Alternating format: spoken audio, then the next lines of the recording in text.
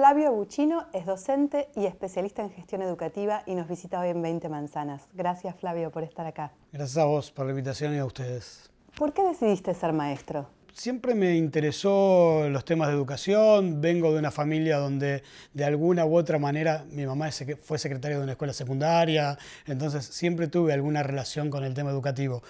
Pero, digamos, me encantaba mucho el tema de trabajar con los chicos, pero no solo el trabajo con los chicos. Es una cosa que siempre digo, porque siempre que me preguntan esto es, ¿te gustan los chicos? No, en realidad, si te gustan los chicos, podés ser papá también, pero en realidad lo mío era los chicos y el conocimiento.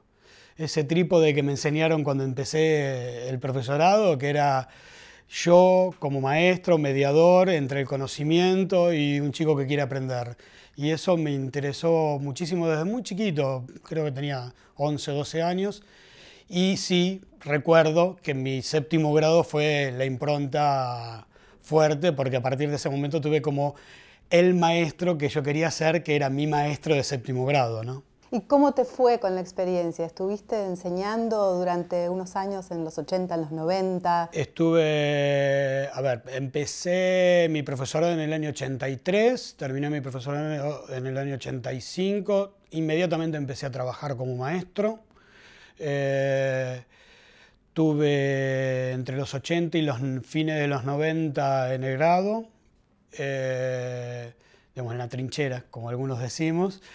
Y tuve casi todos los grados en primaria, o sea, yo soy docente de primaria y trabajé siempre en escuelas, bueno, de la ciudad de Buenos Aires, tanto en pública como en privada, y tuve casi todos los grados, desde primero, que tuve 4 o 5 años primer grado. Entré en una suplencia en primer grado, me vio un supervisor trabajando y cuando renuncié a ese cargo por motivos míos, personales, el mismo supervisor me llamó cuando abrí un primer grado en otro lugar, porque dijo, quiero que vengas a trabajar, porque te vi trabajando en primero y quiero que trabajes con chicos de primero. Una experiencia genial porque eran chicos, recuerdo, 33 chicos que empezaron las clases recién los primeros días de mayo, porque había habido paro en ese momento y además, por otro lado, eran todos chicos o repetidores o que no tenían preescolar o de papás que se habían olvidado anotarlos. Entonces, eran un grupo realmente para trabajar fuerte y bueno, fue muy lindo. Esa experiencia como la de séptimo. También en séptimo me gustó mucho tener un séptimo grado con pocos chicos donde... Bueno, algunos son amigos ya a esta altura porque son gente grande. Esos 33 alumnos de primer grado, ¿en qué año los tuviste? En el año 88. Lo interesante de ese momento fue que fue el llamado del supervisor, de yo sentirme bien, reconocido por lo que era la conducción escolar. Y por el otro lado, tener un desafío fuerte que fue sentarme para poder pensar cómo hacer para que esos 33 chicos aprendieran a leer y escribir, ¿no? Que era todo un desafío porque era un grupo muy complicado, con muchos problemas. Basémonos en esa experiencia que tuviste, que fue hace 30 años, estar al frente de un grado, de primer grado, con 33 chicos, con diferentes problemáticas, viniendo de un paro, o sea que empezaron en mayo. Y pongámonos hoy en día, no es muy diferente la situación. ¿Vos sentís que las cosas cambiaron, que se degradaron, como se suele decir?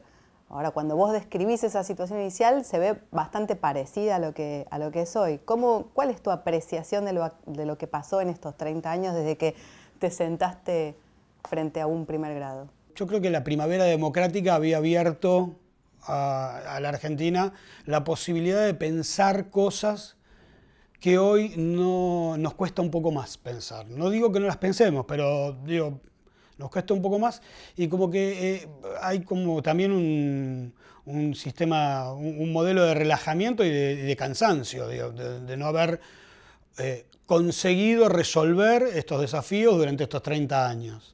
Digo, casi coincide con la época de la democracia, estos 30 años. Entonces, Creo que hay todo un tema para pensar desde ese lugar, para pensar cómo la democracia pudo o no resolver algunos desafíos que la democracia, que esta sociedad tiene, y uno de ellos es el tema educativo.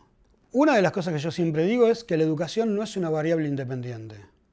O sea, educación está en un contexto que tiene que ver con lo social, con lo político, y en realidad me parece que nuestras frustraciones no están solo en el tema educativo.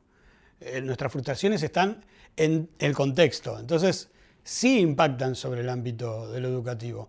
Después podemos hablar si hay más, menos pobreza, si la pobreza incide mucho más o mucho menos en el tema de cómo entran los chicos, con el caudal cultural, digamos, las necesidades básicas satisfechas como para poder pensar que un chico con 6 años llega a una escuela en condiciones de aprender. Pero me parece que hay toda una cuestión que tenemos que pensarla sistémicamente. Decías que habías tenido una experiencia tanto en escuela pública como en privada, 30 años atrás. ¿En ese momento había más chicos en la escuela pública que en la privada? Y hay todo un proceso de casi 30 años también, que se profundizan durante la década de los fines de los 90, mitad de los 90, fines de los 90, hasta el día de hoy. Distritos en el país que antes tenían un 10, un 12% de escuela privada, hoy están llegando al 20, 25, y que eran situaciones que no hubiesen sido pensadas nunca durante los 70 u 80 para cada una de esas provincias. Hablamos de la provincia de Buenos Aires, hablamos de Córdoba, de Santa Fe, un fenómeno muy urbano también, digamos, hay que tenerlo en cuenta esto, las grandes ciudades tienen ese fenómeno de clases medias que buscan otras soluciones ante la alternativa de el desprestigio de la escuela pública. ¿De dónde vino ese desprestigio? Porque solíamos ser un ejemplo para América Latina en educación pública, siempre se nos citaba como ejemplo. ¿Y cuándo desbarrancamos? Nosotros tenemos que entender de dónde venimos para poder analizar ese punto. La verdad que Argentina, y con un genio abismal que fue Sarmiento, durante los últimos años del siglo XIX, pensó conjuntamente con un grupo de dirigentes sociales, políticos, empresarios, un país. Y dentro de ese país, la educación era uno de los ejes verticales para pensar lo que necesitaban. Vengo de un encuentro internacional en el cual me encuentro con un singapurense que plantea que su país, en el momento en que digamos, se independiza, se encuentra con una sociedad que es una sociedad que tiene ciertas características. La primera es que es una sociedad de inmigrantes. Es una sociedad con una tecnología baja. Es una sociedad que necesita recursos porque no los tiene en términos de recursos naturales y que su único recurso son los propios habitantes. Cuando escuchaba al singapurense, yo escuchaba a la Argentina de principios del siglo XX, mejor dicho, de fines del siglo XIX. Y decía, bueno, me estoy encontrando con un singapurense que reconoció a Sarmiento desde otro lugar, o a toda esa generación desde otro lugar, y nosotros de alguna manera abandonamos eso. Lo abandonamos, no sé si en el momento en que desapareció esa generación o un poco posterior. Creo que los procesos políticos en la Argentina fueron completamente diferentes a otros lugares del mundo, y esos son golpes y marcas que va dejando en la sociedad, ¿no? Lo que fue, digamos, la aparición del peronismo en la Argentina, lo que fue después todos esos años en democracias débiles y dictaduras. Creo que el 83 fue una gran puerta nuevamente abierta para poder ponerse a pensar. Me parece que hemos desperdiciado algunos cuantos años del 83 acá para poder pensar estas cosas. esta separación entre la escuela pública y escuela privada ha hecho que las clases más vulnerables vayan a la escuela pública y las más pudientes vayan a la escuela privada. A ver, no es exactamente así, pero digamos, si uno mirara rápidamente una fotografía, podría decirse que es así, que hay un segmento que no accede por una cuestión económica a las escuelas privadas y termina yendo a la escuela pública. De cualquier manera, yo digamos, me separaría de la lógica de que la privada o la pública tienen grandes diferencias. En este mismo encuentro, un planteo que se hace sobre el tema que tiene que ver con la evaluación. Estonia está pensando en este momento en cambiar todo su modelo de evaluación para poder pensar la evaluación primero de proceso y además una evaluación de valor agregado. ¿Qué quiere decir esto? Pensar qué hace una escuela con un chico que entra con un nivel X y termina con un nivel Y. Digo, ¿qué ocurrió dentro de la escuela? Para esto hay que abrir la escuela, hay que poner el foco dentro de la escuela, hay que analizar a la escuela no como una caja negra cerrada donde tiene un input y un output y recién ahí nos damos cuenta qué es lo que está pasando. Pero es interesante esto, porque si nosotros pusiésemos este tipo de evaluación nos daríamos cuenta, muy posiblemente, que las escuelas públicas y privadas no tienen mejor o menor calidad o mayor o menor calidad por el producto final, sino por la tarea que realizan dentro de la escuela. Hay escuelas privadas muy buenas, hay escuelas privadas más o menos, hay escuelas públicas más o menos y hay escuelas públicas muy buenas en sectores muy vulnerables que hacen un trabajo excepcional elevando el nivel de la calidad de los chicos, de la calidad de la formativa de los pibes en un nivel superior. Lo que pasa es que hay que ver de dónde arrancamos cuando esos chicos entraron. Por eso creo que esta cosa que plantean Estonia está buena, empezar a pensar qué pasa dentro de la escuela y cómo evaluamos lo que ocurre dentro de la escuela. Estás hablando de la calidad educativa y tal vez yo me refería en la pregunta acerca de la división entre escuelas públicas y privadas y el tipo de gente que termina yendo a una u otra en la segregación que eso genera en la sociedad. Sí, para mí este es uno, ahora entiendo la pregunta, pero digo, puntualmente este es uno de los grandes problemas que tenemos. Nosotros tenemos escuelas cada vez más homogéneas entre sí y más diferentes entre escuelas. La escuela a la que fui yo fue una escuela donde yo iba con el hijo del almacenero. Mi papá era empleado de una empresa. Con el hijo del almacenero, con el policía del barrio, con el hijo del policía del barrio, con el hijo del juez del barrio, nos mezclábamos ahí adentro de una manera que era muy interesante porque eso también en eso había aprendizaje, en eso había mucho aprendizaje. Hoy tenés escuelas de élite donde los chicos están dentro de un frasco y escuelas muy vulnerables donde están dentro de otro frasco. Por lo tanto, esa mixtura que hoy no existe empieza a complicar la situación a futuro. Creo que eso hay que tener una política, hay que construir una política muy fuerte sobre esto y para eso, repito, para eso hay que hacer volver a la escuela pública a las clases medias. Y la búsqueda es casi individual, no social. Y me parece que ahí es donde está faltando una política en la Argentina. Está faltando alguna política que defina a la escuela como el lugar donde nos encontramos, el lugar más democrático donde hay posibilidades de encuentro con el otro.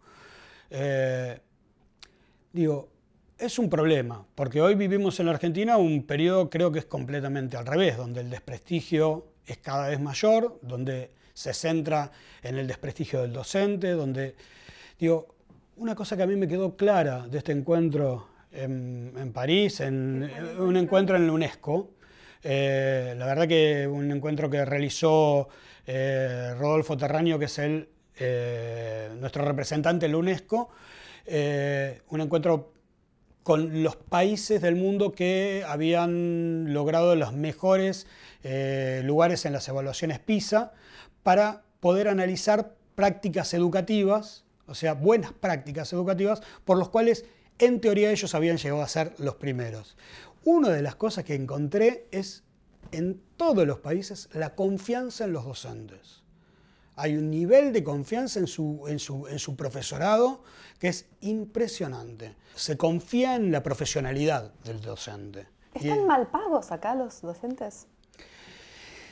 Mira, yo creo que contra otras profesiones sí. No lo sé con respecto a los mismos docentes en otros lugares de Latinoamérica o el mundo. En la Argentina me parece que tenemos otro problema que tiene que ver con cómo se conforma el salario docente. ¿Por qué le pagamos a un docente hoy? Hoy le pagamos a un docente por su título, por saber, teóricamente habilitado a trabajar como docente, y por los años que está dentro del sistema educativo. Estos dos elementos que son lo que saben y los años que están dentro del sistema son por lo que le pagan. Yo creo que tiene que haber otros incentivos. Lo que se le llama en educación la carrera horizontal. Un docente, para poder hoy ganar más en la República Argentina, tiene que ascender, tiene que ascender en el escalafón, tiene que pasar de ser docente de grado a ser secretario de escuela, vicedirector, director en el caso de primaria, o en el caso de secundaria pasará de profesor a regente, vicerrector, rector. Hacer carrera. Digo, esa carrera siempre es vertical. Y esa carrera vertical aleja a esos docentes de la tarea por la cual fueron formados, que es para enseñar. Entonces, si nosotros lográramos un modelo de carrera docente sin olvidar la carrera vertical, una carrera horizontal en la cual el docente, por su formación, va mejorando su salario, nosotros tendríamos, podríamos pensar como Finlandia, que tiene doctores en educación dando clase en un primer grado. ¿Qué piensan los padres sobre el sistema educativo en Argentina? Porque estamos haciendo una evaluación ahora de la calidad educativa, de la carrera docente, pasando por un montón de temas.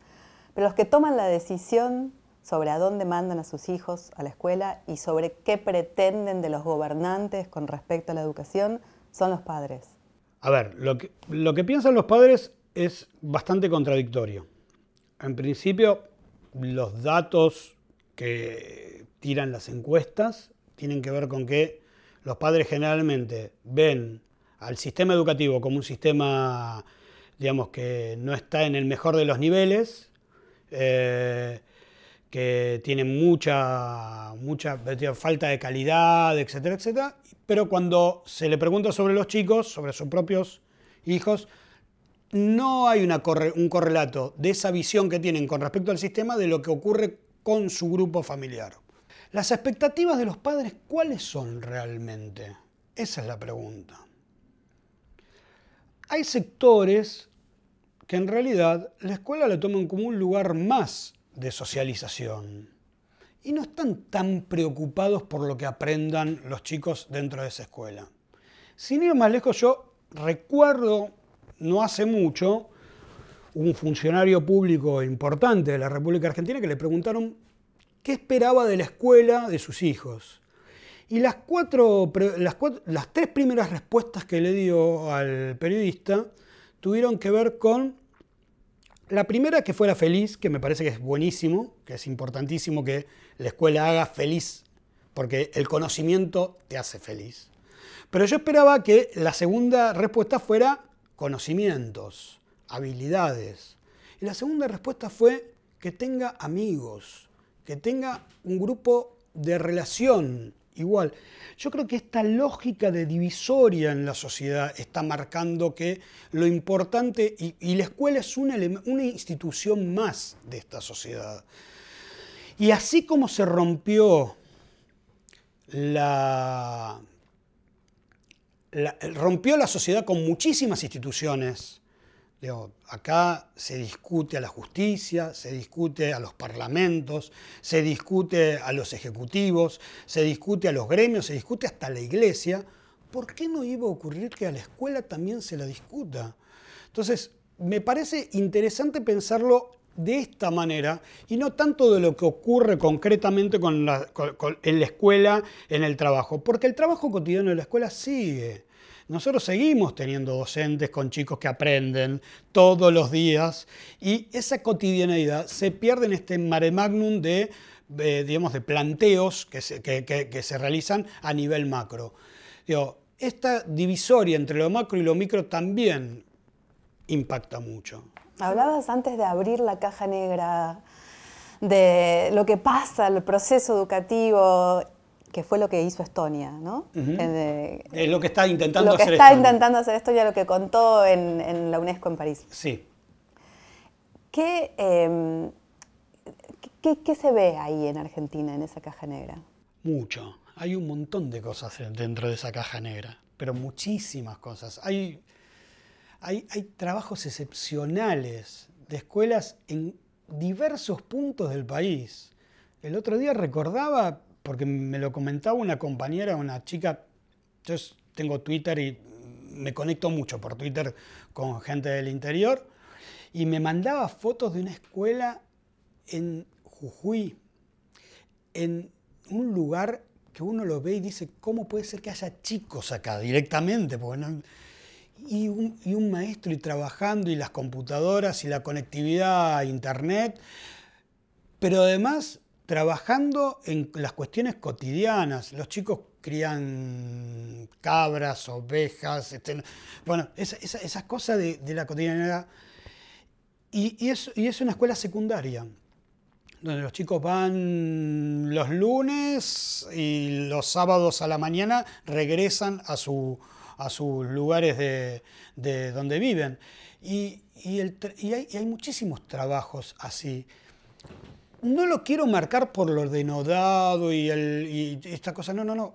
Hay trabajo, porque acá nomás, en pleno centro de la ciudad, o en el conurbano, o en el conurbano de Santa Fe, nosotros tenemos grandes docentes que están trabajando todos los días frente a, digamos, cosas que son muy duras, desde lo social y muchas veces con pocas herramientas de formación, algunas veces, y otras veces con pocas herramientas de los estados que, digamos, soportan o no digamos, ese trabajo cotidiano. A ver, porque yo pienso siempre esto. La escuela, un docente y un maestro, y la escuela como institución, están. ¿Para qué está todo lo demás? Siempre pienso yo. Digo, cuando hablamos de los ministerios, todo lo demás está para solucionarle las situaciones conflictivas a ese maestro y ese chico. Si nosotros lo pensáramos de esa manera, sería genial, porque estaríamos todos trabajando, todos, y estoy hablando de toda la sociedad, trabajando para ese maestro y ese chico pudiese enseñarle. Por supuesto, el maestro tiene que estar bien formado y por supuesto el chico tiene que llegar con las mejores condiciones a la escuela. Pero todos esos trabajos tienen que ver con que hagamos que el maestro esté bien formado, que tenga los elementos necesarios, que el alumno tenga la posibilidad de llegar a la escuela en igualdad de condiciones con otros, y, digamos, la famosa igualdad de oportunidades, ¿no? Siempre digo esto, nosotros tuvimos una época donde chicos entre los 0 y 2 años no comieron bien. Por lo tanto, esos pibes, como alguna vez plantean algunos, no quiero atarlo al tema biológico, pero digo, esos chicos no están en la misma condición que un chico que comió bien. Entonces digo, me parece que si toda una sociedad está pensando en esto, y después, digo, para terminar con este tema de los padres y demás, habría que pensar si los papás en algún momento pensaron que el chico tiene que vivir con otros. Entonces, ¿qué hizo ese papá o qué se puso a pensar en algún momento, qué hizo ese papá para mejorar la cuestión social? Con esto no quiero ponerle en la cabeza de nadie la responsabilidad que tienen los estados y los gobiernos, pero sí de alguna manera hay una cuestión de sociedad que a nosotros nos está lastimando minuto a minuto y que en realidad estamos tratando de buscar soluciones individuales a las cuestiones que en definitiva van a ser sociales. Los chicos que no están en la escuela van a ser un problema social más adelante y nosotros necesitamos que los chicos estén todos dentro de la escuela. Estén todos dentro de la escuela y aprendan. no solo estén dentro de la escuela, aprendan. Que esto es una Pablo, cuestión complicada. Te vas a dormir hoy, te levantás mañana y sos ministro de Educación. Pasó eso. Wow. ¿Qué haces? Está bien. Pero lo primero que haría es no pelearme con los docentes. Lo segundo que haría es generar confianza en la sociedad en esos docentes.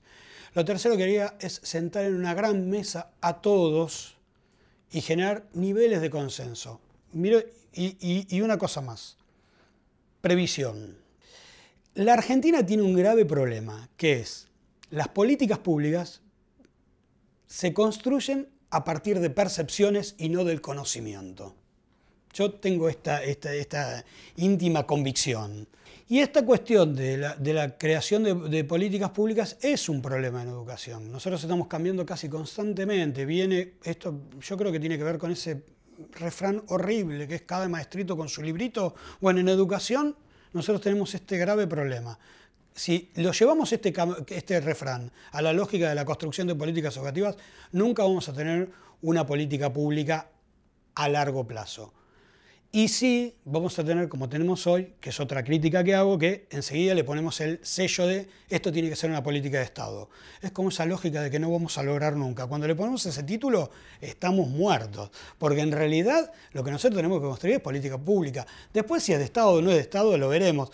De último, una política de Estado es una política pública que se mantiene en el tiempo y que no importa los cambios que haya de gobiernos, se mantiene la misma lógica o el mismo trazo grueso.